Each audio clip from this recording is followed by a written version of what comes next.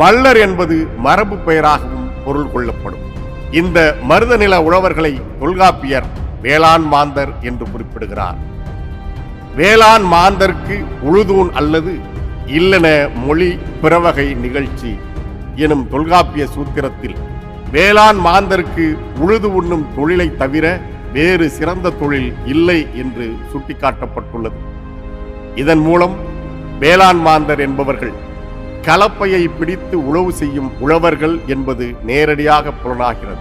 மூவேந்தர்கள் ஆட்சி முடிவுற்ற பிரகாண காலத்தில் நடந்த படையெடுப்புகளின் விளைவால் நிகழ்ந்த மாற்றங்களால் புதிதாக சில சமூகங்கள் வேளாண் தொழிலில் ஈடுபட்டனர். இருப்பினும் பண்டைய காலம் தொட்டே மல்லர் சமூகத்தவர்கள் உழவு தொழிலை செய்ததால் உழவரை பல்லர் என்றும் மல்லர் என்றும் நிகண்டுகளும் அகராதிகளும் குறிப்பிடுகின்றன. சங்க காலத்தில் வாழ்ந்த இனக்குழுக்கள் தனித்த திணைநிலை மக்களாக வாழ முற்பட்டதன் விளைவாக மருத நிலத்தில் நிலவுடைமை சமுதாயம் தோன்றியது.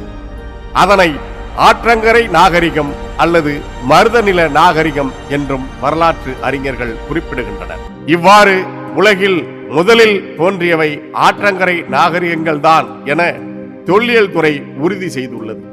எடுத்துக்காட்டாக தமிழ்நாட்டில் மேற்கொள்ளப்பட்ட ஆதிச்சநல்லூர், கீழடி போன்ற அகழாய்வுகளை கூறலாம். அதன் வளர்ச்சியாக ஊர், நகரம், பட்டினம் என பல பரிமாற்ற நிலைகளையும் கடந்து அரசுகள் தோன்ற காரணமாக அமைந்தது ஆற்றங்கரை நாகரிகம். இந்நிலத்தில் குடும்பர் என்ற சமூகம் இன்று வரை வாழ்ந்து வருவது இக்கூற்றை மேலும் உறுதி செய்கிறது.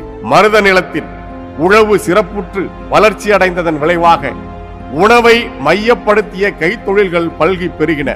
இத்தொழில்களை மேற்கொண்ட மக்களை 18 குடிகள் என்று வரலாற்று அறிஞர்கள் கருதுகின்றனர். மருத நில நாகரிகம் தோன்றிய ஆரம்ப நாள்களில் நிலமும்